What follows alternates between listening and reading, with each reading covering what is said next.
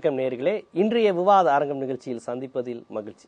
இன்றைய விவாத அரங்கம் நிகழ்ச்சியில் இலங்கை தொடர்பான ஒரு விவாதம் தான் நடத்த இருக்கிறோம். அதாவது தமிழகத்தில் மிக முக்கியமான ஒரு விஷயமாக இருந்தது 13வது சட்ட திருத்தம். 87 தற்போது வரை 13வது சட்ட திருத்தம் குறித்து ஒரு மிகப்பெரிய விவாதம் தமிழகத்தில் நடைபெற்று வருகிறது. இந்த சட்டமே தமிழர்களுக்கு ஒன்றும் பயனளிக்காத சட்டம் என்பது தமிழீழ ஆதரவாளர்களின் குரலாக இருந்து வருகிறது. தற்போது வரை அவர்கள் அவ்வாறு தான் கூறி வருகிறார்கள்.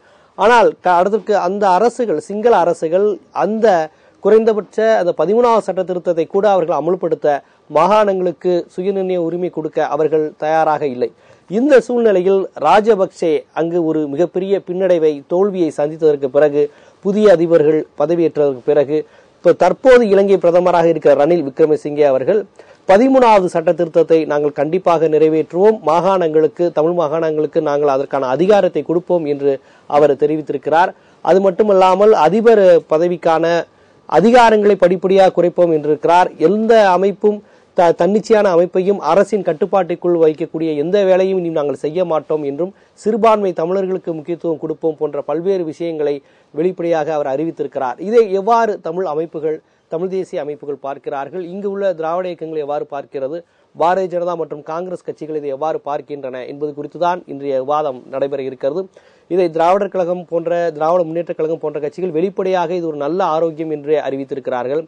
விடுதலை சிறுத்தைகள் தமிழீழம்தான் இது தீர்வு, ஆக இது போன்ற விஷயங்களை நாம் முழுமையாக நம்ப முடியாது என்றும் அவர்கள் ஈழ ஆதரவு போன்ற கட்சிகள் சொல்லியிருக்கிறார்கள். இதை நாம் எவ்வாறு பார்க்க வேண்டும், அணுக வேண்டும் என்பது குறித்துதான் இன்று நமது இமயம் தொலைக்காட்சியில் இந்த விவாதம் குறித்துதான் பல்வேறு தரப்பு ஆளுமைகளுடன், அரசியல் திறனாய்வாளர்களுடன் நாம் விவாதிக்க இருக்கிறோம். இந்த விவாதத்தில் கலந்து கொண்டு பல்வேறு கருத்துக்களை எடுத்துரைப்பதற்காக காங்கிரஸ் கட்சியினுடைய முக்கிய பிரமுகர் மற்றும் அரசியல் திறனாய்வாளர் திரு சி. வேலுச்சாமி அவர்கள் நமது விவாத அரங்கிற்கு வந்திருக்கிறார்கள். தமிழ் தேசிய பேர் இயக்கத்தின் நிறுவனரும் தலைவரும் ஆகிய பி. மணியரசன் அவர்கள் நமது அரங்கிற்கு வந்திருக்கிறார்கள். பாரதிய ஜனதா கட்சியினுடைய முக்கிய பிரமுகரும் வழக்கறிஞரும் ஆகிய சுப்பிரமணியன் பாலாஜி அவர்கள் நமது அரங்கிற்கு இருக்கிறார்கள். மூத்த பத்திரிகையாளர் நெய்வேலி பாலு அவர்களும் இந்த விவாதம் குறித்து அவர் தரப்பு கருத்துக்களை எடுத்துரைக்க இருக்கிறார். இவர்களுடன் இணைந்துதான் இன்றைய விவாத அரங்கம் பயணிக்க இருக்கிறோம். சார், உங்களிடம் தான் இருப்போம், பிஜேபியிட இருந்துமே கேட்போம். இந்த விஷயத்தை நீங்க எப்படி பாக்குறீங்க? ஏன்னா இப்ப ராஜபக்சே இருக்கிறவரையும் ராஜபக்சேவோட ரொம்ப ஒரு நட்பு சக்தியா தான் பாரதிய ஜனதா இருந்தது. இப்ப அதிபர் மாற்றம் வந்திருக்கு. இப்ப ரணில் விக்ரமசிங்கே ராஜபக்சே இதுவரை சொல்லக்கூட தயங்கின விஷயத்தை அவர் சொல்லியிருக்கிறார், 13வது சட்ட திருத்தத்தை நாங்கள் நிறைவேற்றோம். இதை நீங்க எப்படி பாக்குறீங்க? எல்லா விஷயமுமே இப்போ உலக விஷயங்கள்ல இந்தியாவுடனான வெளியுறவு கொள்கை திரு நரேந்திர மோடி அவர்கள் வந்த பிறகு ரொம்ப பாசிட்டிவ் ஆஸ்பெக்ட், எல்லா நாடுகளோட ஒரு மிக நல்ல உறவு மேம்பட்டு கொண்டிருக்கிறது. இப்போ சீனா இந்தியாவை சுற்றி வளைப்பதற்கு ஸ்ட்ரிங் ஆஃப் பேர்ல்ஸ், அதாவது முத்துச்சரம் என்று அவர்கள் ஒரு கருத்தை வைத்திருந்தார்கள் என்று உடனே நரேந்திர மோடி அவர்கள் வந்த உடனேயே அதை முறியடிப்பதற்காக மற்ற சீனாவினுடைய நட்பு இல்லாத நாடுகளோடு இந்தியா நட்பை பெருக்கி அதை எல்லாம் சரி செய்தார்கள். பிறகு இலங்கை, இப்ப நீங்க சொன்ன மாதிரி ராஜபக்சேவோட நட்புறவு அப்படிங்கிற அந்த வார்த்தை அவ்வளவு சரியான தெரியல. இலங்கையுடன் நட்புறவு, அதிபர், அவ்வளவுதான். வெளியுறவு கொள்கையில அந்த நாட்டு மக்களுடைய கருத்துக்கு தான் நாம மரியாதை கொடுக்கணும்.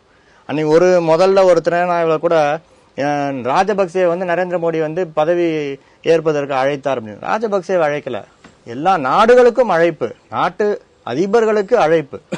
அந்த மாதிரி திரு ராஜபக்சே அவர்கள் இருந்த போது அவர் ஜனாதிபதியாக இருந்தது, இன்னும் அவருக்கு 2 வருஷம் அவருக்கு அவருடைய பதவி இருக்கு, அவரே அதை முடிச்சுக்கிட்டாரு. அதனால அவர் இருந்தாருன்னா நாம இப்ப இந்த விஷயங்களை பேசுறதுக்கு ஒன்றும் இதுவே இல்லை. ஆனாலும் இலங்கையினோட நட்பு இப்பொழுது பாரதிய ஜனதா அரசாங்கம் வந்த பிறகு மிக நல்ல முறையில இருந்ததுனாலதான் அந்த மீனவர்களை விடுவிப்பதும், அந்த 5 தமிழ் மீனவர்கள் போதை மருந்து குற்றச்சாட்டுல மாட்டை அவர்களை விடுவித்ததும், இதெல்லாம் நல்ல விஷயங்கள் நடக்குது. இப்பொழுது வந்திருக்கிற ஆட்சியில இலங்கையில் தமிழ் மாகாண பகுதிக்கு ஒரு ஆளுநரை நியமிச்சிருக்காங்க. அது முன்னால இராணுவத்தை சேர்ந்தவர் தான் இருப்பாரு. இப்ப அந்த நாட்டு வெளியுறவுத்துறை நிர்வாகி ஒருத்தர் போட்டிருக்காங்க. அப்புறம் இந்த படிப்படியாக அதிகார பகிர்வு செய்யறேன்னு சொல்லியிருக்காங்க. இது எல்லாமே அந்த நாட்டிற்குமே நல்ல விஷயம்தான். நம்ம நாட்டுக்கு அடுத்ததுதான் நல்ல விஷயம். முதல்ல அங்க இருக்கிற தமிழர்களுக்கு இது மிகவும் நல்ல விஷயம். இதை எவ்வளவு அந்த அரசாங்கம் முன்னெடுத்து செய்கிறதோ அவ்வளவுக்கு அவ்வளவு அவர்களுக்கும் நல்லது, நமக்கும் நல்லது. நிச்சயமாக நம்ம வெளியுறவு கொள்கைக்கு ஒரு மிகப்பெரிய வெற்றி. புதிதாக வந்த இலங்கை அரசும் அந்த சிங்கள பேரினவாதம் அதெல்லாம் ரொம்ப பேசாம உடனே தமிழர்களுக்கு அதிகாரம் தர்றது அப்படின்னு பேசியிருக்கிறதுலாம் நிச்சயமாக அதில் இந்தியாவுக்கு எவ்வளவு பங்கு இருக்குங்கிறது அடுத்தது. அது பங்கு இருந்ததுன்னா இல்லை இந்தியாவுடைய வெளியுறவு கொள்கையில் ஒரு சிறந்த ஒரு நிர்வாகம் இருக்குங்கிறது தான் இது காட்டுது. நிச்சயமாக அங்கே நடைபெறும் அனைத்து விஷயங்களுமே இந்தியாவினுடைய வெளியுறவு கொள்கைக்கு நல்ல வெற்றி என்பது எங்கள் கருத்து. நிச்சயமா இது அங்கு உள்ள தமிழர்களுக்கு ரொம்ப ஒரு நேர்மறையான விஷயங்கள் நடைபெற போகுது. அதற்கு இந்தியாவினுடைய பங்கும் இருக்கு. அதை தொடர்ந்து நரேந்திர மோடி அவர்கள் செய்வார் அப்படிங்கிற இந்த மாதிரி விஷயங்கள்லாம் ரொம்ப ஒரு ஆரோக்கியமான விஷயமா தான் எங்களுக்கு தெரியுது அப்படிங்கிறாரு. பிஜேபி சார்பில் அவருடைய கருத்து சொல்றாரு. நீங்க எப்படி பாக்குறீங்க? அதான் 13வது சட்ட திருத்தங்கிறத பேசுவோம். முதல்ல 1987 ராஜீவ்காந்தியும் ஜெயவர்தனாவும் போட்ட இந்திய இலங்கை ஒப்பந்தத்தின் அடிப்படையில் இந்த 13வது சட்ட திருத்தத்தை செஞ்சு வச்சிருக்காங்க. இதனுடைய தாய் அமைப்பு சட்டமான அல்லது ஆவணமான இந்திய இலங்கை ஒப்பந்தம் மிக மோசமானது. தமிழர்களுடைய தாயகத்தை நேரடியாக அங்கீகரிக்காதது. ஒரு வகையில 2 மாநிலத்தையும் தற்காலிகமாக இணைக்கலாம், அப்புறம் கருத்து வாக்கெடுப்பு நடத்தணும்னு கொண்டு வந்தாங்க. சுப்ரீம் கோர்ட்டு தலையிட்டு அது பிரிஞ்சு போச்சு. அது ஒண்ணுதான் அதுல இருந்தது. 2ஐயும் இணைக்கணுங்கிறது பாக்கி எந்த அதிகாரமும் கிடையாது. அது இந்தியாவுக்கு அதை பத்தி கவலையும் கிடையாது. இந்த ஒரு 2 இனங்கள் தான் பிரச்சனைங்க. சிங்களர் பெரும்பான்மை, தமிழர் சிறுபான்மை. இந்த சிறுபான்மைக்கு ஒரு கூட்டாட்சி முறையில் உரிமை வழங்கணுங்கிறதானே. இந்த 87வது ஒப்பந்தப்படி இவங்க மாகாண கவுன்சில் உருவாக்கினவங்க சிங்களர்களுக்கு 7 மாகாணங்கள் உருவாக்கியிருக்காங்க, தமிழர்கள் 2 மாகாணம். இது என்ன வேலை? இது மோசடி இல்லை? சிங்களர் தான் அவங்க அரசு இருக்கு, ஒற்றை அரசு இருக்கு, ஒற்றை பார்லிமெண்ட் இருக்கு, அதுல அவங்க தான் பெரும்பான்மை. அவங்களுக்கு எதுக்கு மாகாண அரசு? அப்படின்னா பெரும்பான்மை உள்ளவங்களுக்கு 7 மாகாணங்கள். இந்த மாகாணம் ஒன்றும் இல்லை, அது உதவாக்கரை. ஒரு மாவட்ட கலெக்டருக்குள்ள அதிகாரம் கூட கிடையாது அந்த முதலமைச்சருக்கு என்பதற்கு. சிங்களர்களுக்கு 7 மாகாணம். அதுல இருந்து அந்த ஃப்ராடு மோசடி துவங்குகிறது. ஒரு ஃபெடரேஷன் கூட்டமைப்புல சிறுபான்மை மாநிலம், நடுத்தர எண்ணிக்கை உள்ள இனங்கள், அந்த இனங்களுக்கு தானே கூட்டாட்சிங்கிறது. யாருக்கு? தேசிய இனங்களுக்கு தானே. அப்படி இல்லாம பெரும்பான்மை ஆதிக்கம் செலுத்தக்கூடிய ஒற்றையாட்சியை வைத்திருக்கக்கூடிய அந்த இனத்துக்கு எதுக்கு 7 மாகாணம்? அப்ப அந்த 7 மாகாணத்துக்கு என்ன அதிகாரமோ அதுதான் வடக்கு மாகாணம், கிழக்கு மாகாணத்துக்கு அதிகாரம். அதுவே மோசடியானது. அடுத்தது, இந்த 13ல நிலத்தை நிர்வாகம் பண்ணக்கூடிய அதிகாரம் மாநில அரசு கிடையாது. காவல்துறை அதிகாரம் இவங்களுக்கு கிடையாது. நீதிமன்ற அதிகாரம் இவங்களுக்கு கிடையாது. பிறகு என்ன அதிகாரம் இவங்க கொடுக்க போறாங்க? குடியுரிமை வழங்க அதிகாரம் நிச்சயமா கிடையாது, அவங்களுக்கு கிடையாது. இந்தியாவிலேயே மாநில அரசு கிடையாது, இப்போ அங்கே இருக்க போறது இல்லை. சிங்கள குடியேற்றம் என்பது நடந்துகிட்டே இருக்கும், அதை பற்றி அது பிரச்சனை இல்லை. நிலம், சட்டம் ஒழுங்கு, நிதி இவங்களுக்கு சும்மா இந்த தமாஷா வரின்னு சும்மா சாதாரண ஒரு வரியை வசூல் பண்ணிக்கலாங்கிற ஒரு இதில் நகராட்சியில் செய்யறது மாதிரி ஒன்று, அதான் பெரிய விஷயமா பேசுறாங்க. எனவே எந்த அதிகாரமும் கிடையாது. நான் சொல்றேன், இதை வைத்து முன்னேறலாம் அப்படின்னு ஒரு இருக்குல்ல. பால் பசியில் பாலுக்கு குழந்தை அழுவுது, அதுக்கு பால் நிரம்பிய பாட்டில், ஃபீடிங் பாட்டில் கொடுத்து, அந்த ரப்பரோடு கூடிய பாட்டில் கொடுத்து அதை குடிக்க வைக்கணும். அதுக்கு பதிலாக ஒரு ரப்பரை மட்டும் வச்சுக்கிட்டு இதை முதல்ல மாட்டிக்குவோம், ரப்பரை மாட்டுவோம், இதை சப்பிக்கிட்டு இருக்கட்டும், அப்புறம் பால் வரட்டும், அப்படி இணைச்சு விடுவோம் என்ற மோசடிக்கும், இந்த 13 அப்படி வச்சுக்கோங்க, பிறகு மெல்ல மெல்ல பார்த்துக்குவோம் என்ற ஏமாற்று வேலைக்கும் வேறுபாடே கிடையாது.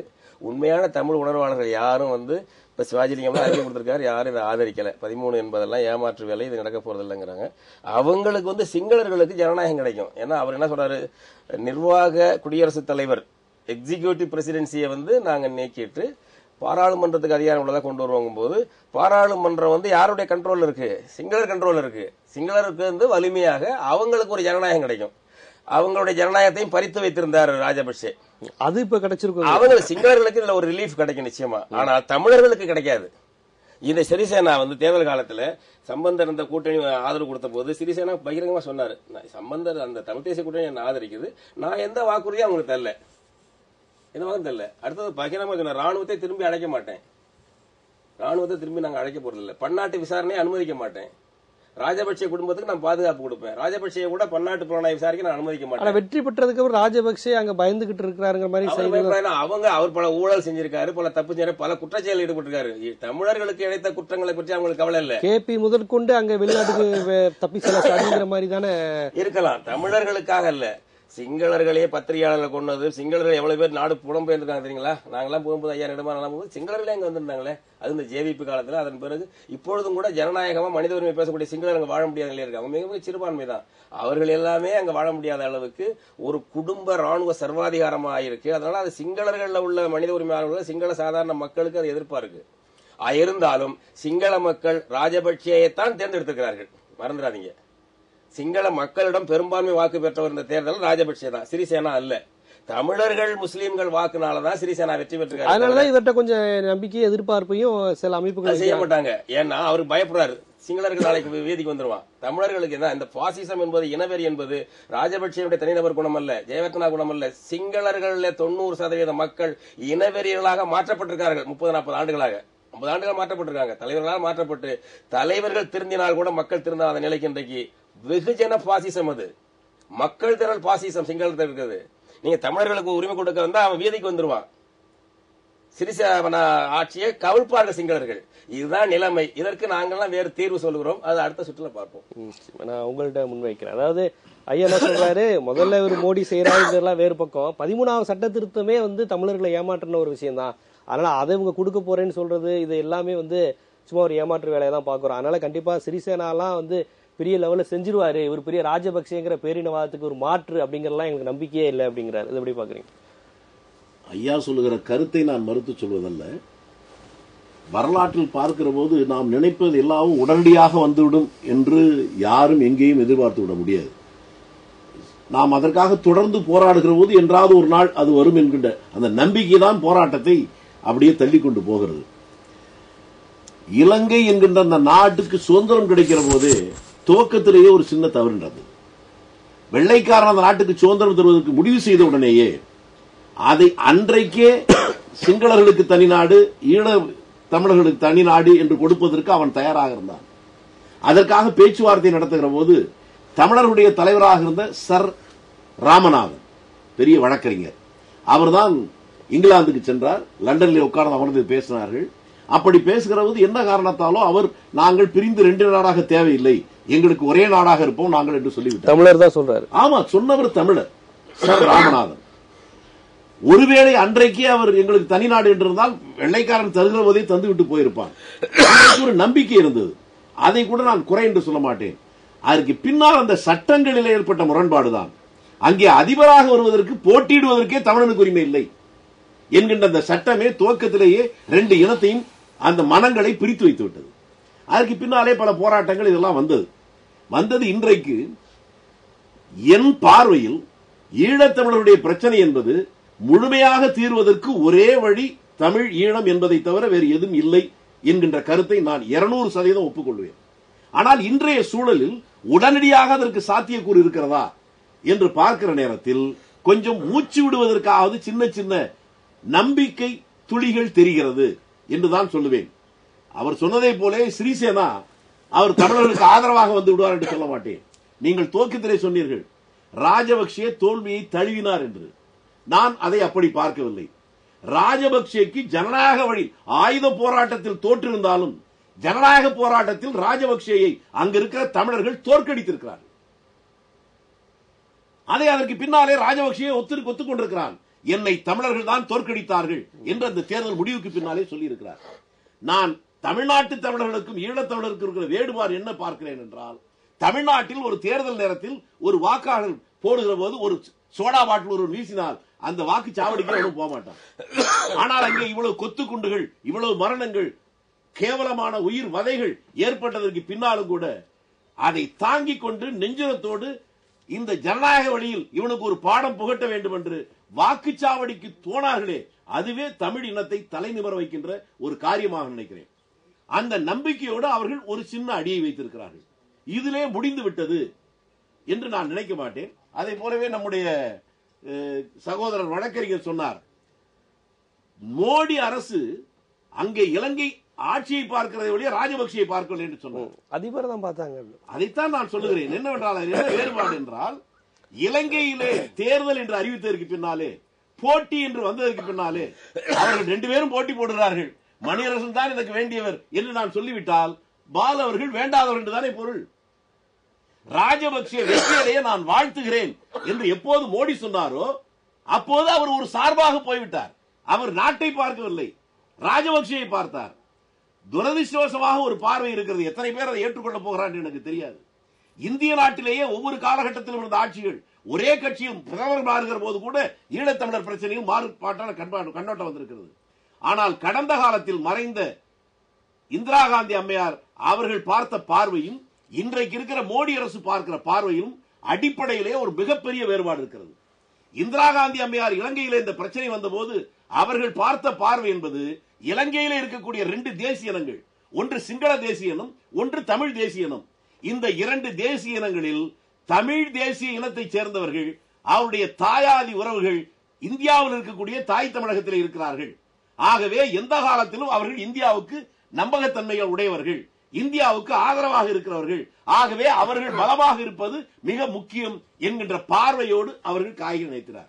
ஆனால் இன்றைக்கு வந்திருக்கிற பிஜேபி அரசு என்பது அந்த பார்வையை அவர்கள் பார்க்கவில்லை. சிங்களவர்களை வேறாக அவர்கள் பார்க்கவில்லை. சிங்களவர்களும் நம்மவர்கள் தான் என்று இவர்கள் பார்க்கிறார்கள். இந்த 2 பார்வையில் இருக்கிற வேறுபாடு. இந்தியா நாமே நினைத்தவுடனே எல்லாவற்றையும் செய்து விடுவோம் என்பதல்ல. ராஜபக்சே ஒன்றும் பைத்தியகாரத்தனமாக 2 ஆண்டுகளுக்கு முன்பாகவே இந்த தேர்தலை கொண்டு வரவில்லை.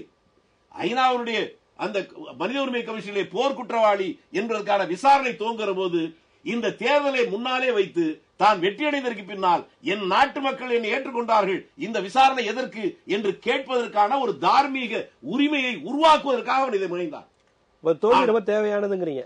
இந்த ராஜபக்சே தோல்வி ரொம்ப தேவையானது. இந்த தோல்வி ஏற்பட்டதனுடைய விளைவு இலங்கையில இருக்கிற மக்களுக்கு நேரடியாக நன்மை கிடைத்ததோ இல்லையோ, அவன் ஒரு போர் குற்றவாளி என்று உலக அரங்கிலே நிரூபிப்பதற்கான ஒரு வாய்ப்பினை ஈழத்தமிழர்கள் உயிரை பணயம் வைத்து ஜனநாயக வழியிலே வெற்றி கண்டிருக்கிறார்கள் என்பதுதான் என்னுடைய வாதம். அடுத்த சுற்றுமட்டம் நிச்சயமா நான் உங்களிடம் முன்வைக்கிறது என்னன்னா, அப்ப 2-3 விதமான கருத்து வந்திருக்கு. மோடி அவர்கள் மிக அழகாக வெளியுறவு கொள்கையின் மூலமாக தமிழர்களுக்கு நன்மை செய்வார், அதற்கான தொடர்ச்சியாக தொடர்ந்து நடைபெற போகுது, அவர் நட்பு சக்தியாவே இருந்து மாற்றுவாங்கிற ஒரு கருத்து வந்திருக்கு. அது மட்டும் இல்ல, மோடிக்கு அந்த கருத்து இல்ல, பட் இந்திரா காந்திக்கு அந்த கருத்து இருந்தது. அது மட்டும் இல்ல, இப்ப ராஜபக்சே தோல்வியுற்றதே நம்ம அடுத்த கட்டத்துக்கு நம்மளுடைய முதலடி எடுத்து வச்சிருக்கோங்கிற கருத்தும், இந்த 13வது சட்ட திருத்தமோ ராஜபக்சேங்கிற பேருக்கு மேல ரணில் விக்ரமசிங்கவோ இல்ல மைத்ரிபாலா இந்த பெயர்கள் தான் மாறுமே ஒழிய கருத்தியல் ஒண்ணுதான். அதனால இதுல தமிழர்கள் மகிழ்ச்சி அடைய ஒண்ணுமே இல்லைங்கிற கருத்து வந்திருக்கு. இதை நீங்க எப்படி பாக்குறீங்க? அதுதான் சரியான கருத்து என்று நான் நினைக்கிறேன். ஏன்னா மைத்ரி வரும்போதே அவர் எல்லாத்தையுமே சொல்லிட்டார். ராஜபக்சேயினுடைய அவர் கடைபிடித்த எந்த ஒரு கொள்கையை அதை நிலைப்பாடை இவர் மாற்றுவதாக சொல்லவே இல்லை. அவர் ராணுவத்தை பின்வாங்கிறத பற்றி சொல்லலை. இதே 13 தமிழ்நாட்டை பற்றி அவர் ஒன்றும் அன்னைக்கு சொல்லலை.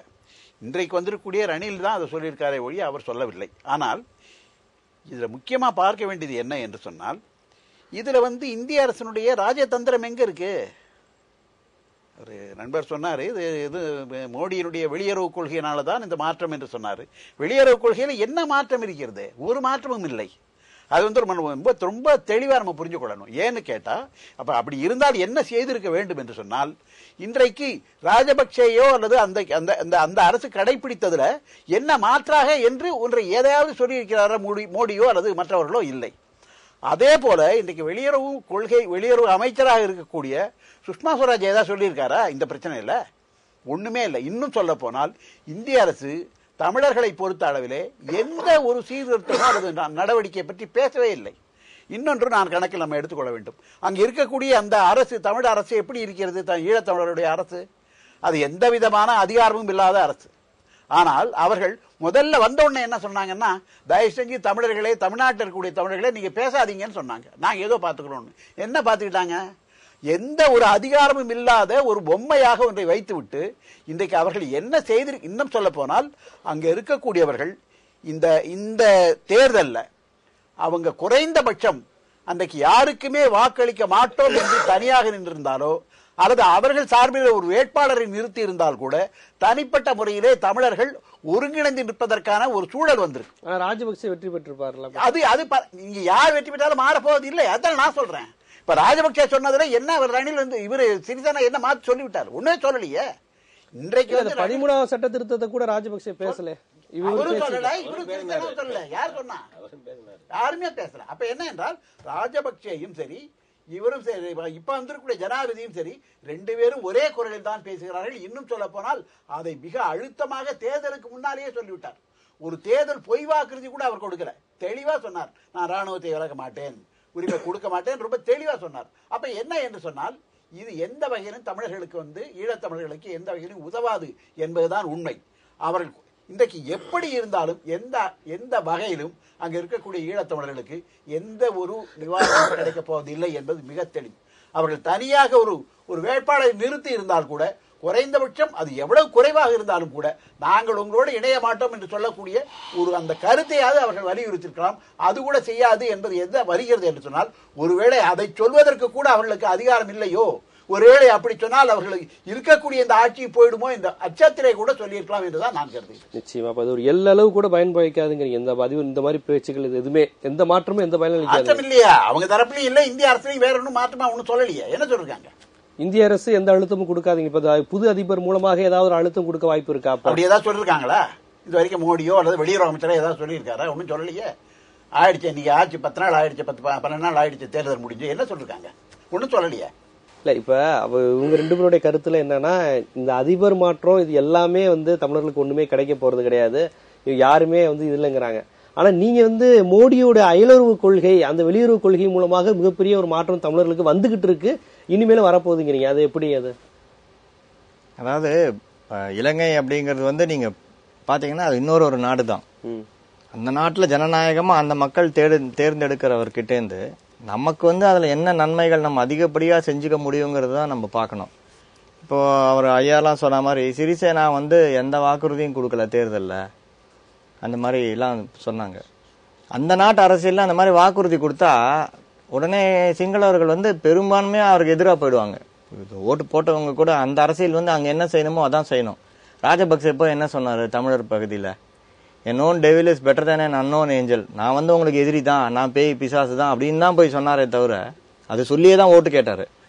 அந்த ஊர்ல எப்படி அவங்க அரசியல் பண்ணணுமோ அந்த அரசியல் பண்றாங்க. இப்போ ரணில் விக்ரமசிங்கே தமிழர்களுக்கு ஆதரவானவர் அப்படிங்கிறது தான் அங்க பரவலான கருத்து. அதனால்தான் அவரால் நிக்கவும் முடியல. அவர் நிக்கிறதுக்கு கருத்து இருக்கா? ரணில் நிச்சயமா கருத்து இருக்கு. அதனால நம்ம அங்க இருக்கிறவங்க மத்தியில அங்க என்ன அரசியல் இருக்கோ அந்த அரசியல்ல தான் நாம என்ன நன்மைகள் செஞ்சுக்க முடியுமோ செஞ்சுக்கணுமே தவிர, நாம என்ன நம்ம 100 எதிர்பார்த்தோம்னு வச்சுக்கோங்களேன், அங்க இருக்கிற அரசியல்ல இருந்து 10, 20, 30 கிடைக்கும்னு சொன்னா இப்ப அதுதான் பண்ணிக்க முடியும். இன்னைக்கு நிதர்சனம் என்னவோ அந்த நிதர்சனத்தை வச்சுதான் நம்ம அரசியல் அங்க செய்ய முடியுமே தவிர, அது இன்னொரு நாடு, நம்ம நினைச்சது எல்லாத்தையும் அங்க செய்ய முடியாது. அந்த நாட்டுல இருந்து யாரோ சொல்லி இங்கிலாந்துல ஒரு பத்திரிகை எழுதுறாங்க, அந்த நாட்டுல ஆட்சி மாற்றம் கொண்டு வந்ததே இந்தியா தான், இந்திய உளவுத்துறை தான் அப்படிங்கிற மாதிரி. எல்லாம் மிகைப்பட்ட கற்பனையாகவும் இருக்கலாம், அதுல என்ன உண்மை இருக்கு என்ன உண்மை இல்லைங்கிறது நமக்கு தெரியாது. இந்தியாங்கிற ஒரு பெரிய நாட்டுக்கு பக்கத்துல இருக்கிற ஒரு சிறிய நாடு அப்படிங்கும் போது நாம அதுல எவ்வளவு முனைப்பு காட்டி நமக்கு என்ன சாதிச்சுக்கணுமோ, தமிழருக்கு என்ன சாதிச்சுக்கணுமோ அதை செஞ்சுக்கணுமே தவிர, அதுல தேவையில்லாத மூக்க நுழைக்கிறது செஞ்சோம் அப்படின்னு சொன்னா அது தமிழர்களுக்கு தமிழர் பிரச்சனையில பெரிய லெவலில் தலையிட முடியாதுங்கிறீங்க. இந்தியா தலையிட முடியும், ஆனா அதை மெல்லமா தான் செய்ய முடியும். நீங்க போய் இப்ப ஐயா அவங்க சொன்ன மாதிரி பெரும்பான்மை சிங்களவர்களுக்கு ஒரு காழ்ப்புணர்ச்சி இருக்குன்னு சொன்னா அதை மெல்லமா தான் குறைக்க முடியும். நீங்க திடீர்னு போய் அந்த காழ்ப்புணர்ச்சியை குறைச்சிக்கோங்க, நீங்க எல்லாம் ஒண்ணுதான் அப்படின்னு சொன்னீங்கன்னா ஓட்டே போட மாட்டாங்க. அதுதான் அவங்க சொன்னது. தேர்தலில் நீங்க அந்த மாதிரி எல்லாரும் நம்ம ஒண்ணுதான் அப்படிங்கிற மாதிரி சொன்னா அந்த நபருக்கு ஓட்டே கிடைக்காது. இப்போ அந்த இருக்கிற ஆட்சியில அதிகாரத்துல யாரெல்லாம் நம்ம வச்சு காரியம் சாதிச்சுக்க முடியுமோ அதை தான் செய்யணும். தமிழர்களுக்கு இன்னல்கள் மோடி அரசு ராஜபக்சே வெற்றி பெறுவதற்கு மோடியுடைய அசோக் குப்தா போன்ற தேர்தல் உத்தி பிரச்சார அலுவலரையே அனுப்புனாங்க ராஜபக்சே. இதெல்லாம் தவறான கருத்து. அதாவது இல்ல இந்த செய்தி விவாதமே பாருங்க, அவர் ஒரு பிரைவேட் கன்சல்டன்ட், அவர் ஒரு கம்ப்யூட்டர் துறையில கணினி துறையில இருக்கிற ஒரு நிபுணர். அவர் எந்த நாட்டுல கூப்பிட்டாலும் போறாரு. இப்ப இலங்கையில சல்மான் கான் போய் பிரச்சாரம் பண்ணாரு அப்படின்னாங்க. சல்மான் கானோட ஒரு நடிகை போனாங்க, அவங்க இலங்கை நடிகை, அவங்க சல்மான் கானுக்கு ரொம்ப ஃப்ரெண்டு, அதனால போனாங்க. இப்ப நம்ம ஒரு பாகிஸ்தான் நடிகரை இந்திய தேர்தலில் பிரச்சாரம் பண்ண விடுவோமா? இந்தியாவில வெளிநாட்டுக்காரங்க பிரச்சாரமே பண்ண முடியாது தேர்தல் சமயத்துல. நமக்கு சட்டம் இருக்கு, அந்த நாட்டுல சட்டம் என்னமோ போய் அவங்க யாரோ பிரச்சாரம் பண்றாங்கன்னு சொன்னா மக்கள் கடைசியில அந்த நாட்டு மக்களும் தெளிவா தான் இருந்திருக்காங்க. தமிழர்களை கொண்டு குவித்த ராஜபக்சேவுக்கு இலங்கை பேரினவாதம் அப்படியே ஆதரவு கொடுக்குதுன்னு சொன்னா எல்லாரும் ஓட்டு போட்டு ராஜபக்சேவை 80% ஓட்டு போட்டு ஜெயிக்க வச்சிருக்கணும். அது மட்டும்தான் அவங்களுடைய கொள்கைன்னு சொன்னா ராஜபக்சே குடும்பம் அங்க ஆட்டி படைச்சாங்க. அவர்கள் பல தவறுகள், லஞ்ச ஊழல்கள், அதிகார துஷ்பிரயோகங்கள் செஞ்சதுனால அந்த மக்களே ஜனநாயக ரீதியில அவரை வெளியில தூக்கி போட்டாங்க. தூக்கி போட்டு இன்னைக்கு இன்னொருத்தர் வந்திருக்காரு. நிச்சயமா இது அதாவது இன்னொரு நாட்டு பிரச்சனை இல்ல, தமிழர்கள் பிரச்சனை, இதெல்லாம் நம்மளால நம்ம கையில ஒண்ணும் கிடையாதுங்க அப்படிங்கறத அவருடைய வாதமா இருக்கு. இது எப்படி பாருங்க? அதை நேர்மையாக, நெஞ்சுக்கு நேர்மையா, வாய்மையாக இந்திய அரசு, காங்கிரஸோ பாஜகவோ கடைபிடித்தால் நாங்கள் பாராட்டுவோம். இந்த வார்த்தையை போர்த்தி கொண்டு தமிழினத்துக்கு எதிராக, சிங்கள பேரினவாதத்துக்கு ஆதரவாக இந்தியா தொடர்ந்து தலையிடுகிறது. தமிழீழம் வேண்டுமா வேண்டாமா என்பதை ஈழத்தமிழர்கள் முடிவு செய்யணும். நீங்க ஏன் சொல்வதற்கு வேண்டாம் என்று திரும்ப திரும்ப சொல்லுகிறீர்கள்? தமிழீழம் வேண்டாம் என்று சொல்லி ஒரு ஒப்பந்தத்தை கொண்டு போய் திணிக்கிறீர்கள். ராஜீவ்காந்தி போட்டார், அதைத்தான் இன்றைக்கு மோடி ஆதரிக்கிறார். மோடிக்கு ராஜீவ்காந்திக்கு வேறுபாடு கிடையாது. நீங்கள் நடுநிலையா சொல்லுறீங்களா? அது அடுத்த நாடு, நம்ம தலையிடக்கூடாது.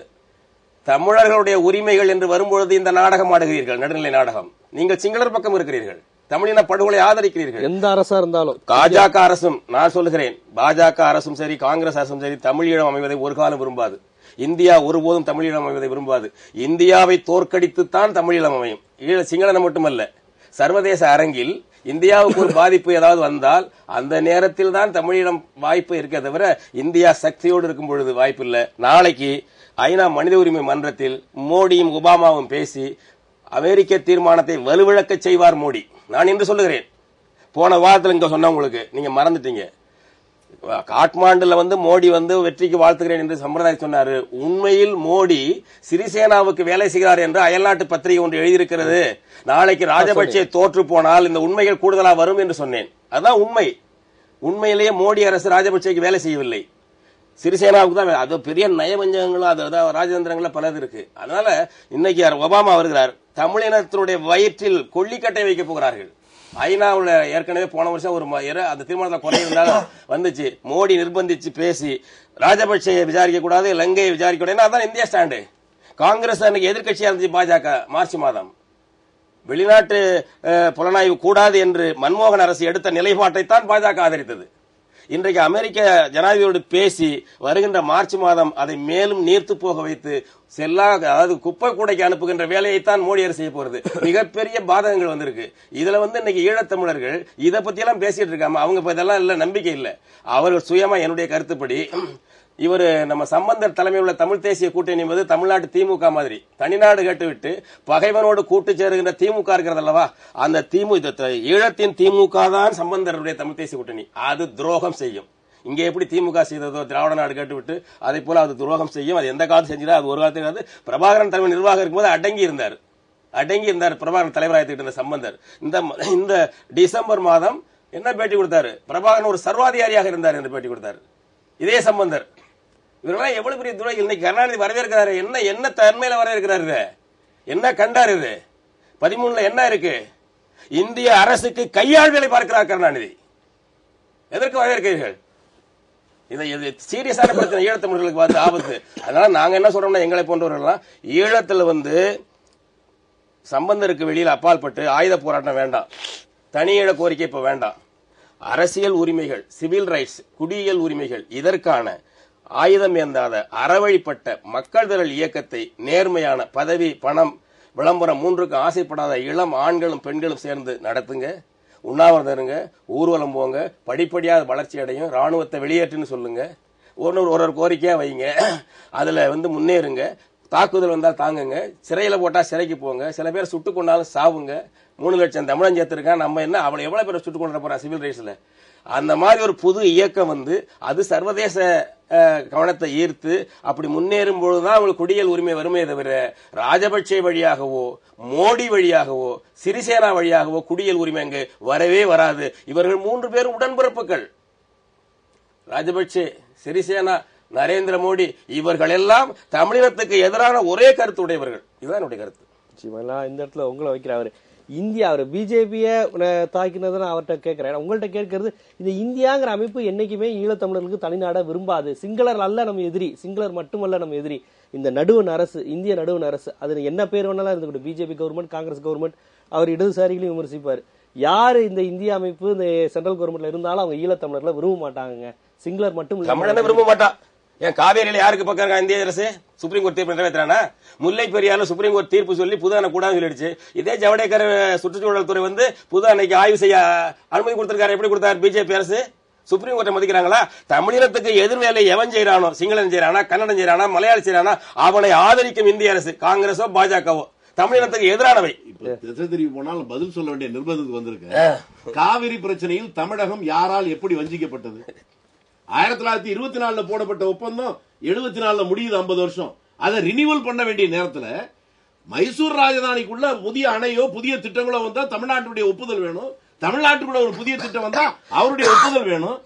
அங்கே காவிரியில் இருக்கக்கூடிய உபநதிகள் வந்து அணையை கட்டுவதற்கு அவர்களே கட்டிட்டாங்களா? தமிழ்நாடு அரசு ஒரு அனுமதி தந்ததா?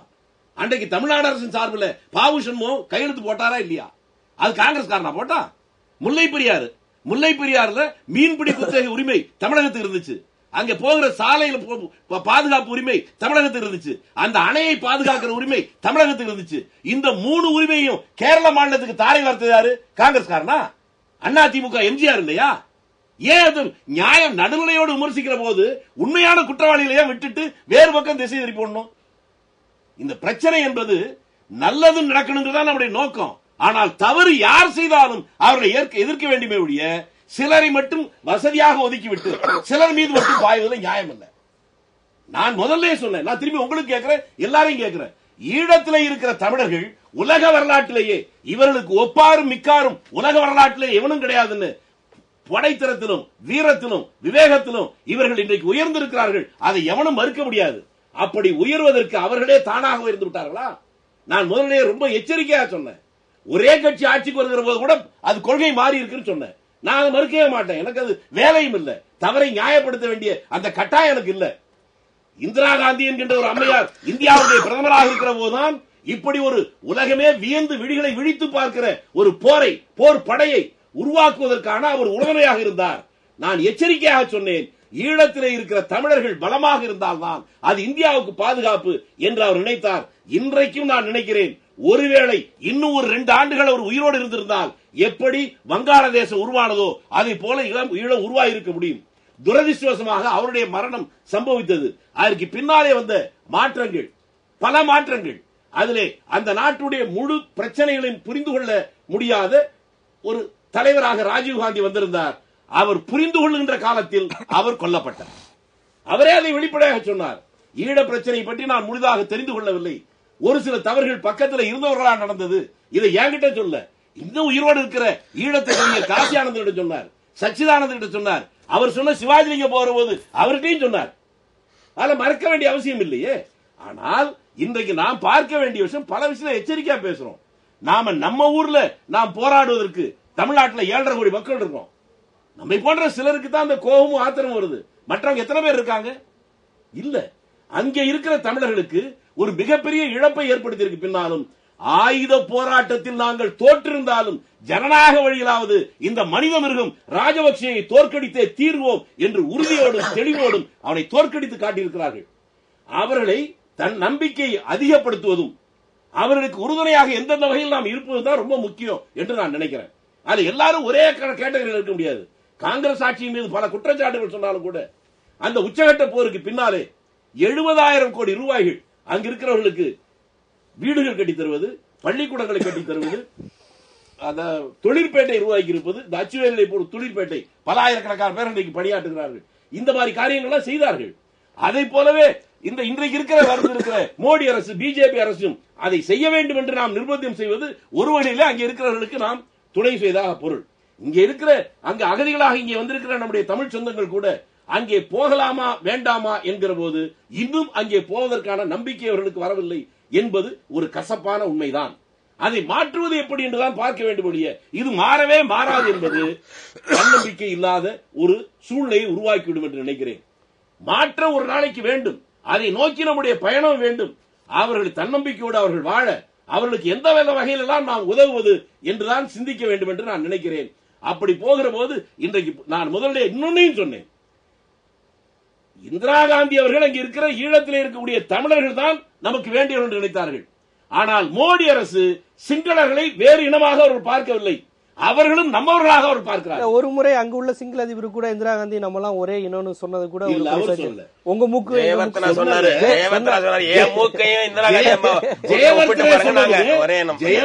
சொன்னது நீங்க எல்லாத்தையும் இப்படியே பார்த்துட்டு அவர்களை மட்டும் இல்ல நம்மளே நாமளே ஏமாற்றுகிறார்கள். சுப்பிரமணிய சாமி பகிரங்கமா புத்தகம் எழுதியிருக்கிறாரு. இங்க இலங்கையில் இருக்கக்கூடிய சிங்களர்களும் தமிழர்களும் அடிக்கிற போது தமிழன் செத்தா நீ வேணா வருத்தப்படலாம், நான் ஏன் வருத்தப்படணும்? ஏனென்றால் சிங்களவர்கள் வேறு யாரும் இல்லை. இந்தியாவில் இருக்கக்கூடிய ஒரிசா, பீகார் அந்த பகுதியிலிருந்து அங்கே குடியேறிய ஆரிய வம்சாவளியினர் என்று எழுதிய புத்தகம் இருக்கிறது.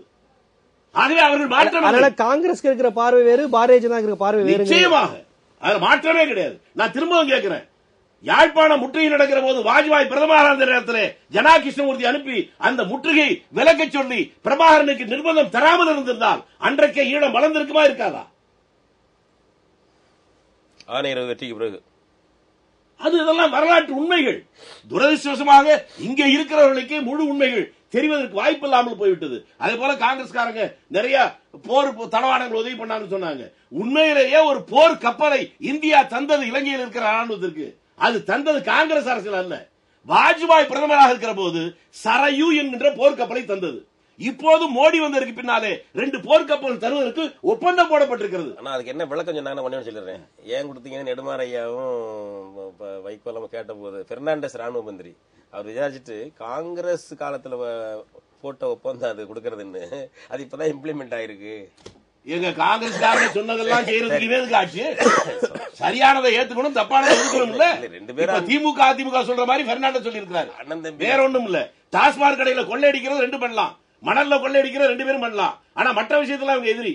அது மாதிரி அவங்களுக்கு லாபம் வர்ற போது அது கொண்டு சொல்றது. என்னுடைய கேள்வி என்பது, காங்கிரஸ் ஆட்சி தவறு செய்தது, அதனை ஏற்றுக்கொள்ள மாட்டேன் அப்படின்னா நீங்க ஒருபோது தவறு செய்யக்கூடாதுல்ல. ரயில்வேல காங்கிரஸ் ஆட்சி இருக்கிற போது 5% கட்டண உயர்வு வந்த நேரத்தில் இது மக்களை பாதிக்கின்ற மக்கள் விரோத ஒரு திட்டம் அப்படின்னு சொன்ன பிஜேபி இன்னைக்கு 25% டிக்கெட் விலையை ஊத்துறான். என்னன்னு கேட்டா காசு இல்லாம எப்படி அரசாங்கம் நடக்கும்? அது வார்த்தைகள் ஜாலங்களில் இருக்கலாம், ஆனா உண்மை நிலை என்பது வேறு. இன்றைக்கும் நான் அந்த இவரே சொல்லி இருக்கிறாரே சிறிசேனாவே, அவர் என்ன சொல்றாரு? ராஜபக்ச அரசு சீனாவுக்கு துணையாக தோழனாக நெருங்கி வந்தது. அது உண்மை. அம்மன் தோட்டா என்கின்ற ராஜபக்சனுடைய சொந்த ஊர்ல சீனா அந்த நாட்டுடைய சொந்த செலவுல ஒரு போர் துறைமுகத்தை உருவாக்கினார்களா இல்லையா? அதுக்கு பக்கத்துல போர் விமானங்கள் பறப்பதற்கு ஒரு விமான தளத்தை உருவாக்கினார்களா இல்லையா? அது சீனாவுடைய கட்டுப்பாட்டிலே இருந்ததா இல்லையா? அதை அவன் குறிப்பிட்டு சொல்கிறான். அது எப்பொழுதெல்லாம் சீனாவோட நெருங்கியதோ அப்போதே இந்தியாவுக்கும் ராஜபக்சேக்கும் உறவு சரியில்லை, அவர்கள் கைவிட்டு விட்டார்கள் அன்னைக்கு சொல்றாரு.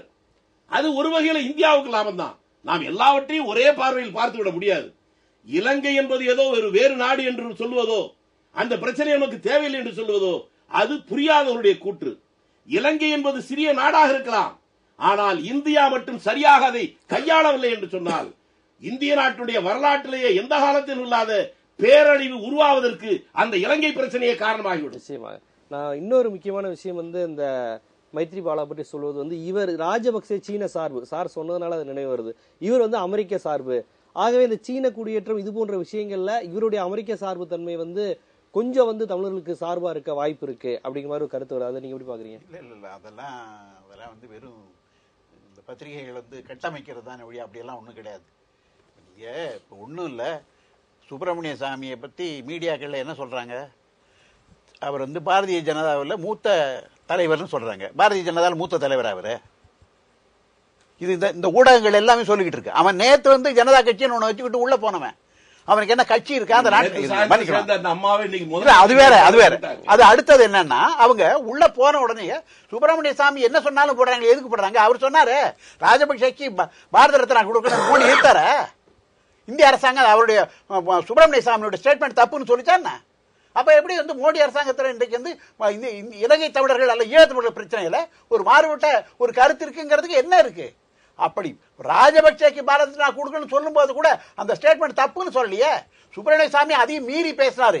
நீங்க பேசுறத பத்தி வேணாயா, பாரதிய ஜனதா சொல்லட்டும்னு சொன்னார்ல அன்னைக்கு. அப்ப கூட 2ஆம் தரமும் பேசலையே.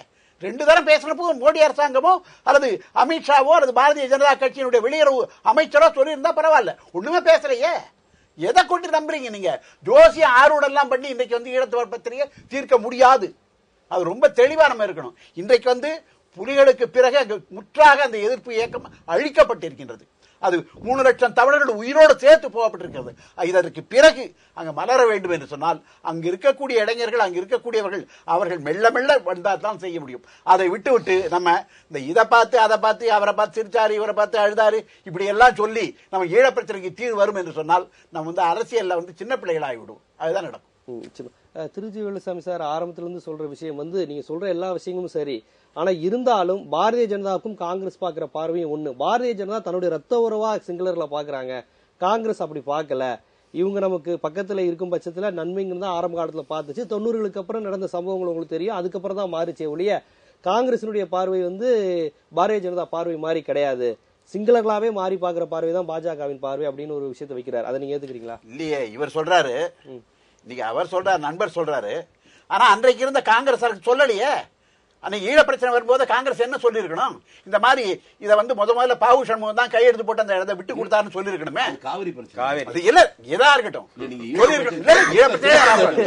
என்ன சொல்றேன்னு சொன்னால், காங்கிரசுக்கும் பாஜகவுக்கும் அடிப்படையான விஷயம் என்ன என்று சொன்னால், தமிழ்நாடு தமிழர்கள் என்று வந்தால், அந்த உரிமை என்று வந்தால் காங்கிரசும் பாஜகவும் ஒன்றாகத்தான் இருக்கிறது. நீங்க ஈழ பிரச்சனை வெளியில விட்டுருங்க.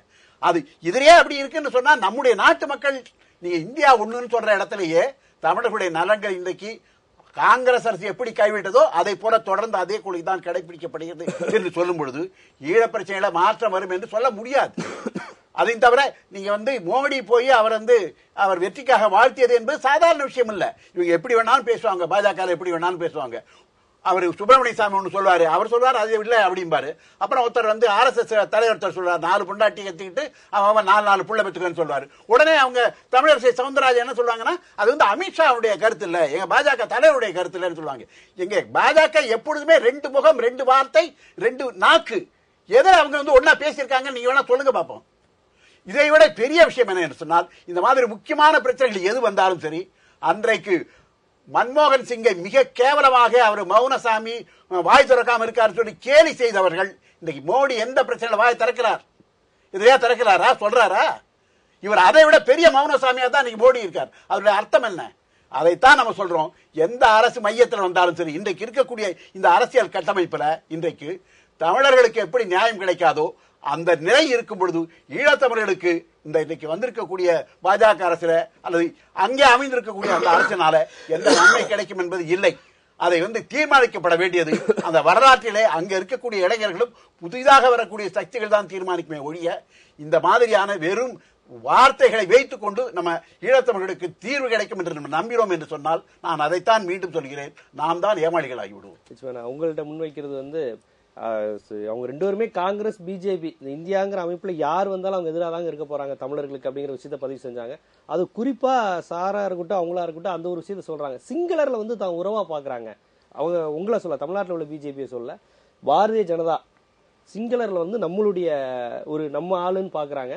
அங்க உள்ள ஈழ தமிழர்களும் இங்க தென்னிந்திய தமிழர்களையும் வந்து அவங்க வேற ஆளு, சிங்களர்களும் வட இந்தியர்களும் நம்ம எல்லாம் ஒரே ஆளு. அந்த உணர்வு அவங்கள்ட்ட அதிகமா இருக்கு. அதை சுப்பிரமணிய சாமி வெளிப்படுத்துறாரு, இலங்கை வெளியுறவுத்துறை செயலாளர் ஒரு முறை வெளிப்படுத்தினாரு. இதுதான் பாரதிய ஜனதாவுக்கும் எங்களுக்குள்ள வித்தியாசங்கிறாங்க. அதை நீங்க எப்படி பாக்குறீங்க? அதாவது இன்னும் இந்த இத்து போன ஆரிய திராவிட இனவாதத்தை வச்சுட்டு இருக்கிறது வந்து மிகவும் தவறான ஒரு மோசமான அதாவது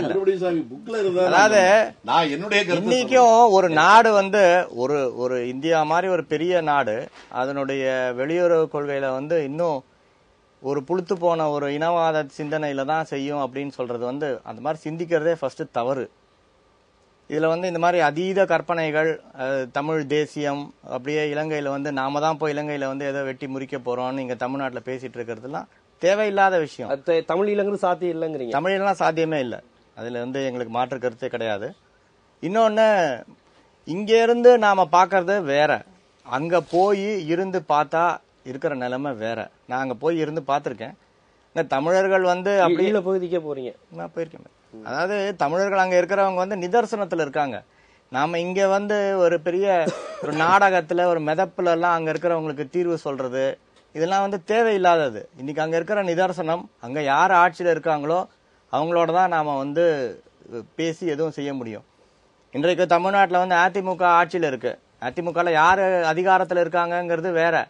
ஆனா யாரு கிட்ட உண்மையான அதிகாரம் இருக்கோ அவங்க கிட்ட தான் வந்து எதுவும் செய்ய முடியும். நீங்க இலங்கையோட ஒப்பிடுறீங்களா? சிங்களர் தமிழர் பிரச்சனை எங்கேயுமே ஒரு ஆட்சி நடக்கும் போது, ஒரு ஜனநாயக ஆட்சியில ஒரு ஆட்சி இருக்கும் போது, அது ஒண்ணு இலங்கை வந்து நார்த் கொரியாவோ இல்ல ஆப்பிரிக்கால இருக்கிற பனானா ரிப்பப்ளிக்கோ வந்து யார் ஊர் பேர் தெரியாதவங்க ஆள்ற நாடு கிடையாது. நல்ல முறையில ஒரு ஜனநாயக தேர்தல் நடந்திருக்கு. ஒரே ஒருத்தர் தான் உயிரிழந்திருக்கார் போல இருக்கு வயலன்ஸ்ல எதுலயோ. மற்றபடி ஒரு சுமூகமான தேர்தல் நடந்திருக்கு. மக்கள் வந்து மிக அமைதியான முறையில வாக்களிச்சு அவங்களோட எண்ணத்தை பதிவு பண்ணியிருக்காங்க. இதுல வந்து நாம குற்றம் சொல்றதுக்கோ குறை சொல்றதுக்கோ அவங்களோட வந்து சண்டை போட்டுட்டு இருக்கிறதுக்கோ அதெல்லாம் வந்து அது வந்து வெளியுறவு கொள்கைகளுக்கு வந்து அதெல்லாம் சரி வராது. பாகிஸ்தான்ல போய் நீங்க கருத்து கேட்டீங்கன்னா பாரதிய ஜனதா கட்சியே வரக்கூடாது அப்படின்னு தான் அவங்க கருத்து சொல்லுவாங்க. அதெல்லாம் வந்து நம்ம மக்கள் பார்க்க முடியாது. நமக்கு என்ன வேணுமோ அதை நாம இல்ல பாரதிய ஜனதா கட்சி வரக்கூடாது. இல்ல நீங்க இன்னொரு நாட்டை நான் சொல்றேன். இன்னொரு நாடுன்னு பார்க்கும்போது நீங்க வந்து அப்படி பாகிஸ்தான்ல இருக்கிறவங்க எல்லாம் ஆரியர்கள், அப்புறம் அதை தாண்டி ஆப்கானிஸ்தான்ல உள்ளவங்க ஈரான்ல உள்ளவங்க ஆரியர்கள் அந்த மனநிலை வந்து இவங்க சொல்ல இந்திய அரசுக்கு பிஜேபி அந்த மாதிரி எல்லாம் எந்த எண்ணமும் யாருக்கும் கிடையாது. இதெல்லாம் அதீத கற்பனை. நீங்க படிச்சுட்டு அப்புறம் சொல்லுங்க. இது வந்து எழுதியிருக்கிற புத்தகத்துல அப்படி எழுதியிருக்கு. அதாவது ஒருத்தர் தனிப்பட்ட நபர் எழுதின கருத்துக்காக வெளியுறவு கொள்கை அவர் சொல்றாரு. அவர்தாங்க வெளியுறவு கொள்கை வடிவமைப்பில் இருக்கக்கூடிய நான் என்ன சொல்றேன், தலைவர் அவரு ரொம்ப சிம்பிளான பிஜேபியுடைய கொள்கையை பற்றி உங்களை விட எங்களுக்கு தான் தெரிஞ்சிருக்கு. இல்ல தெரியும். அவர் வெளியுறவு கொள்கையுடைய அந்த கமிட்டியுடைய தலைவரா இருக்கிறவர் யாரோ ஒரு தனி மனிதர். வெளியுறவு கமிட்டி தலைவரா இல்லைங்க. அதாவது ஸ்ட்ராட்டஜி கமிட்டி தலைவரா இல்லையா? அதெல்லாம் கிடையாதுங்க. அதாவது வெளியுறவு கொள்கையை வெளியுறவு அமைச்சரும் வெளியுறவு துறையும் தான் முடிவு பண்ணுவாங்க. வெளியில இருக்கிறவங்க முடிவு பண்றதா முதல்ல சொல்றது தவறு. ஆட்சியில அதிகாரத்துல இருக்கிற கட்சியில இருந்து சொல்றதுங்கிறது நான் அதை ஏத்துக்கல. இன்னொன்னு, இந்த மாதிரி வந்து அதீத கற்பனைகளே மிதந்துட்டு இருந்தா அங்க இலங்கையில இருக்கிற தமிழர்களுக்கு அது வந்து எந்த விதத்தில் நன்மை பயக்காது. இன்னைக்கு ஜனவரி 2015, இப்போ நீங்க இன்னொரு ஒரு வருடத்திலயோ 2 வருடத்திலயோ நம்ம எல்லாரும் இங்க தான் இருக்க போறோம். என்ன நடக்குது, எப்படி முன்னேற்றங்கள் இருக்குன்னு நம்ம பார்க்கணும். வெறுமா பேசிக்கிட்டே அதுல நடக்கும் நடக்காது அப்படின்னு ஒன்றுபட்ட இலங்கைக்குள்ளதான் தீர்வு அப்படிங்கிறீங்க. தீர்வு நிதர்சனத்துல இருப்போங்க.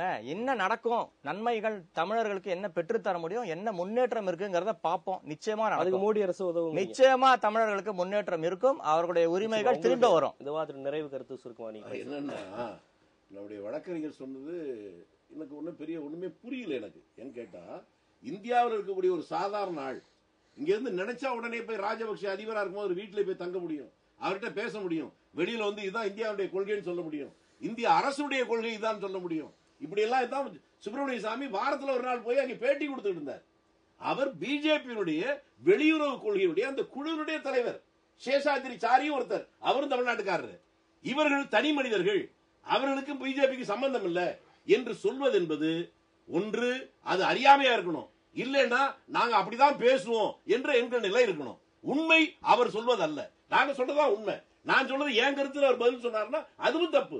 நான் முதலே சொன்னது சிங்களர்கள் எங்கள் வம்சாவளியினர்னு சுப்பிரமணிய சாமி அவர் எழுதிய புத்தகத்துல எழுதியிருக்கிறதா நான் சொல்றேன். அவங்க எழுதியிருக்கக்கூடிய அந்த மாதிரி எழுதல, தவறான கருத்து. தவறான கருத்து அதை வேணா சொல்லுங்க. அவர் அப்படி எழுதல. நீங்க சுப்பிரமணிய சாமி சொல்லணும். எழுதல அவரு. இல்ல எழுதல. நான் தரேன், நாளைக்கு உங்களுக்கு தரேன் புத்தகம். அதாவது அவரோட நெருக்கம். அதாவது அவர் வந்து வரலாற்று ரீதியாக இலங்கையில என்ன குடியேற்றம் ஏறி சிங்களவர்கள் என்பவர் எப்படி போனாங்கிறத எழுதியிருக்காரே தவிர இதற்காக ஒரு இனவாதத்தின் அடிப்படையில அப்படியே எழுதியிருக்கிறார். இங்க இருந்து போனவங்க அந்த கருத்து எல்லாருக்கும் தெரியும். இங்க இருந்து 1000 ஆண்டுகளுக்கு முன்னால போனவங்க தான் எல்லாருக்கும் தெரியும். அது மறுக்கிறதுக்கு ஒண்ணும் இல்ல. பாசம் இருக்கா வட இந்தியாவில்? எந்த பாசம்? அதாவது இந்த மாதிரி அதீத கற்பனைகள்ல, இனவாத கற்பனைகள்ல இருக்காதீங்க. அது வந்து ஒரு கற்பனையான ஒரு எண்ணம் தேவையில்லை. இன்னைக்கு என்ன நிதர்சனமோ அதை பார்த்துட்டு போனுங்க.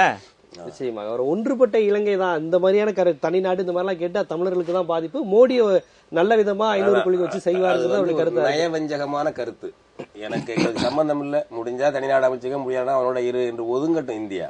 நண்பர் சுப்பிரமணியம் வழக்கறிஞரா தான் சொல்லணும். ஒன்றுபட்ட இலங்கை தான் நீங்க கண்டிஷன் போடுறீங்க. நயவஞ்சகமான நடுநிலை இது. பேராதிக்கம் செலுத்துற இனத்துக்கு சாதகமாக நடுநிலை போல் பேசுறது, ஏமாத்திருந்த இழந்துட்டு கிடக்கிற தமிழ் இனத்தை. ஆரிய திராவிடர், ஆரிய தமிழர் என்பதெல்லாம் உளுத்து போனதுங்கிறாரு. யாருடைய தாய்மொழி சமஸ்கிருதம்? அதை திணிக்கிறீங்க. யாருக்கு தாய்மொழி? யாருக்கு தாய்மொழி? யாருக்கு தான்? நான் உங்களை கேக்குறேன். ஏங்க யாருக்கு சார்? யாருக்கா கோரிக்கை? யாருடைய கோரிக்கைங்க? இந்த மொழி பிரச்சனையை யாருடைய கோரிக்கை? சமஸ்கிருதம் வர வேண்டும் என்பது யாருடைய கோரிக்கை? தமிழனுடைய கோரிக்கை. போனதுனால தான் நீங்க இப்ப தமிழர்னு பேசுறீங்க. அது அடுத்த கட்டம், அது வேற. நான் கேக்குறேன், சமஸ்கிருதம் வேண்டும் என்று கேட்டவர்கள் யார்? இந்த தெலுங்கர்கள் முன்னெடுத்தது திராவிட நாடுங்கிறது. தெலுங்கர்கள் எங்களுக்கு இல்ல மொழி பிரச்சனை உங்க ரவுண்ட் அடுத்தால் பேசுங்க. எங்களுக்கும் திராவிடத்துக்கும் முரண்பாடு இருக்கு. நான் திராவிடத்தை ஏத்துக்கிறது இல்ல. ஆனால் ஆரியம் என்று வந்த பொழுது பிரதான எதிரி ஆரியம் தானே தவிர திராவிடம் அல்ல. நான் சொல்லிடுறேன். சமஸ்கிருதம் யாருக்கு தாய்மொழி? அதை கொண்டு திணிச்சது யாரு? ஆரியர்கள் தான். ஆரியம் என்பது கண்ணுக்கு தெரியாத ஒரு உளவியல் இனம், சைக்கலாஜிக்கல் ரேஸ். எல்லா இடத்திலும் அது இருக்கிறது, மேலாதிக்கம் செய்கிறது. வர்ணாசிரம தர்மத்தின் வழியாக அது மேலாதிக்கம் செலுத்துகிறது. அதனாலதான் அதை செய்யறாங்க. இப்போ ICHR இருக்கு, இந்தியன் கவுன்சில் ஃபார் ஹிஸ்டாரிக் ரிசர்ச்சுக்கு போட்டிருக்காங்க. ஒருத்தர் ஆந்திராக்காரர், அவர் சொல்றாரு, மகாபாரதம் ராமாயணம் எல்லாம் உண்மை கதை. நரேந்திர மோடி போய் பேசுறாரு, குந்தி தேவிக்கு வெளியில ஒரு குழந்தை கர்ணன் பிறந்தான்னாக்க அது ஸ்டெம் செல் இருந்தது. இது விநாயகருக்கு யானைத்தலை இருந்தது என்றால் அது காஸ்மிக் சர்ஜரி மூலம் நடந்தது. இதெல்லாம் ஆரிய புனைவுகளை நியாயப்படுத்தி பேச வேண்டிய அவசியம் உங்களுக்கு ஏன் வந்தது? நீங்கள் ஆரியத்தை வைத்துக் கொள்ளலாம், நேரடி ஆரியம் சொல்ல மாட்டீங்க. பாதிக்கப்பட்ட நாங்கள் ஆரியத்தால் விழுந்தோம் என்று சொன்னால் உங்களுக்கு கோபம் வருகிறது. அது இருக்கட்டும், அது ஒரு நாளைக்கு பேசுவோம். அடுத்தது என்னுடைய கருத்து, அமெரிக்காவும் இந்தியாவும் சேர்ந்துதான் இந்த தேர்தலில் ராஜபக்சே வீழ்த்தியவர்கள். ஒரு பெரிய பிளான் இருக்கு, பெரிய பெரிய பிளான் இருக்கு. அது இப்ப வந்துகிட்டே இருக்கு. அமெரிக்காவும் நெருக்கமானதே, மோடியும் ஒபாமாவும் அவங்களுக்கு சீனாவுக்கு இந்த இடத்துல கண்ட்ரோல் பண்ண அமெரிக்காவுக்கு இவர்களுக்கும் ஒன்று தேவைப்படுது. அதனால எவன்டா பலியிடுற? தமிழ் கழுதைகளை பலியிடுங்க, நாதியத்த கழுதைகள், தமிழ் கழுதைகள் பலியிடுவோம் என்று இந்தியா அதுக்கு வந்திருக்கு. அதனால நமக்கு தான் பேரழிவு வந்திருக்கு. அடுத்தது நான் கேட்கிறேன், நீங்க ஜனநாயகத்தெல்லாம் ஒத்துக்கிறீங்கன்னாக்க தமிழக சட்டப்பேரவையில கருத்து வாக்கெடுப்பு நடத்த சொல்லி தீர்மானம் போட்டிருக்காங்க, ஒருமித்து. அது ஜனநாயகம் இல்லையா?